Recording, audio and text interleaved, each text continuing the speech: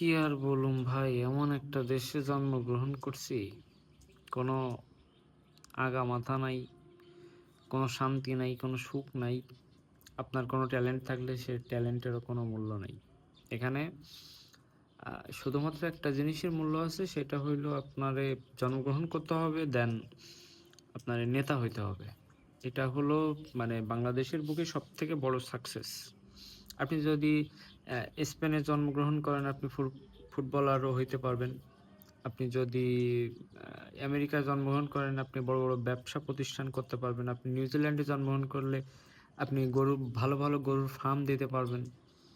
ঠিক আছে? মানে সরকারি প্রণোদনা পাবেন প্লাস সেফ লাইফ, সেফ এই কারণেই তো বাংলাদেশে পোলাপান থাকতে চায় না। আসলে আ এটা আমাদের কখনো চেঞ্জ হবে না। কারণ আমরা জাতিগতভাবেই দেখেন, আজকে আমাদের বাংলাদেশের যতগুলো রাজনৈতিক দল আছে, মানে প্রত্যেকটা মানুষ এইসব দলে কেন যুক্ত হইছে? কেউ কারোর নেতৃত্বে থাকতে চায় না। সবাই চায় আমি এমপি হব, আমি মন্ত্রী হব, আমার কথাই সবাই চলবে। আমি সাধারণ কোনো কর্মী হব না। যার কারণে কিন্তু মানে বাংলাদেশে ফার্স্টে একটাই দল ছিল, সেটা হলো আওয়ামী লীগ। আ সেকেন্ডলি শেখ মুজিব মারা যাওয়ার পরে দল হইছে ৩ টা। তারপরে দল হইছে, এইরকম করতে, করতে বাংলাদেশে নিবন্ধন আছে এরকম ৩৮ টা দল আছে। মানে বাংলাদেশ রাজনীতির উপরে কত বড় প্র্যাকটিক্যালি করছে, এই দলগুলো হইছে কেন? আওয়ামী লীগে যারা যোগদান করছে, যারা পদ-পদবি পায় নাই, যে আমি পদ পাওয়ার যোগ্য, আমি পদ-পদবি পাই নাই। দেন সে বিএনপিতে যোগদান করছে। তাছাড়া কেউ কিন্তু মানে হৃদয় থেকে যে ভালোবাসা এসব কিন্তু কোনো বিষয় নাই ভাই। বুঝছেন? মানে টোটাল বিষয়টা হইলো সবাই ক্ষমতার লোভেই রাজনৈতিক দলরে বাইছা নিছে। এখন ধরা খাইছে কোন জায়গায় আ ওই যে মোবাইলের যুগ আসছে, অমুক নেতার সাথে ছবি, অমুক নেতার সাথে ছবি, তখন মনে করেন যে কট খাইছে। তাছাড়া যতগুলা মানুষ রাজনীতির সাথে সম্পৃক্ত, তারা প্রত্যেকটা মানুষই লোভের জন্য দল ত্যাগ করছে। ওই দলে এই দলে পদ পায় নাই, ওই দলে যাবো, ওই দলে পাই নাই, আরেক দলে যাবো। এই করতে, করতে যে দলে আমার এমপি বানাবে আমি সেই দলে যোগদান করব। ঠিক আছে? তাছাড়া এমনি যে হৃদয়ের টানে, মনের টানে এসব কিন্তু কোনো বিষয় নাই। এটা আমাদেরকে বোঝানো হয় যে ভালোবাসার আরেক নাম অমুক দল, তমুক দল, এসব কিছু না। মূলত কথা হচ্ছে ইনকাম ফার্স্ট হলো ইনকাম, দ্বিতীয় হলো ক্ষমতা। এই ২ টা জিনিস তাদের দরকার। এই ২ টা জিনিস তাদের দিতে হবে। দেন তারা ট্রাই করবে আ যে দেশের উন্নয়ন। আদৌ তো দেশের কোনো উন্নয়ন হয় কিনা এটা মানে বাংলাদেশের প্রত্যেকটা মানুষই এখন জানে। দেখেন, একটা সময় আওয়ামী লীগের উপরে মানুষ আ অনেক অতিষ্ঠ ছিল। ঠিক না?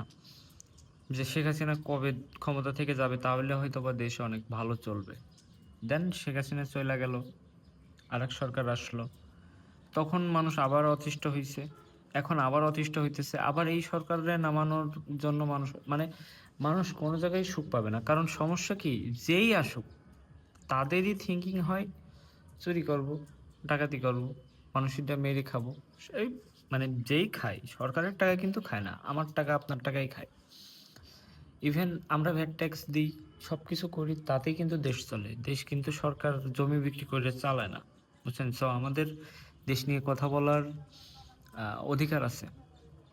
রাষ্ট্র নিয়ে কথা বলার অধিকার আছে। আমাদের শিক্ষিত সমাজের মানুষজন এতটাই জেন্টলম্যান যে দেশ নিয়ে কথা বলতে চায় না, যে কি একটা বলবানে আমারে পুলিশ ধইরা নিয়ে যাবে। এই ভয়তে যে ভাই কামলা দিয়ে খাইতেছি, চাকরি করতেছি ব্যাংকে, ব্যাংকে কামলা দিতেছি, ৳৫০,০০০ সেলারি দেয়, এতে তো আমার চলতেছে। তাইলে আমি কেন আ এইসব কাজকাম করব? আমার তো দরকার নাই। বাট যাদের দেয়ালে পিঠ ঠেকে গেছে তারা কিন্তু মানে তারাই কিন্তু রাজনীতি করতেছে। কারণ তাদের উপায় নেই। কাজ করার মতো কোনো কাজ নেই। রাজনীতি করলে ৫ পয়সা আসে। এটাই হলো মূলত লক্ষ্য, মূল কাজ, মূল কর্ম, সবকিছু কিন্তু এইটা। সো এই যখন অবস্থা, তখন ভাবেন যে দেশের উন্নয়ন কে করবে? কেউ করতে চায় না। কারণ ৫ বছর পরে ওরা যখন ক্ষমতা থেকে যাবে তখন তো ওদের পলাইতে হবে না? সো পলানোর জন্য তো টাকা প্রয়োজন, সেই পলানোর টাকা এরা আগে গুছায় নাই, তারপরে যে জনগণ নিয়ে ভাবে। আর জনগণ চাউলের কেজি ৮০ টাকা, ডাউলের কেজি ২০০ টাকা, তেলের কেজি ৫০০ টাকা, এই করতে করতেই শেষ। অথচ জনের দাম কত, কামলার দাম কত, কামলার দাম দিন দিন কমতেছে আর জিনিসের দাম দিন দিন বাড়তেছে। সুইসাইড করা ছাড়া কোনো উপায় নেই।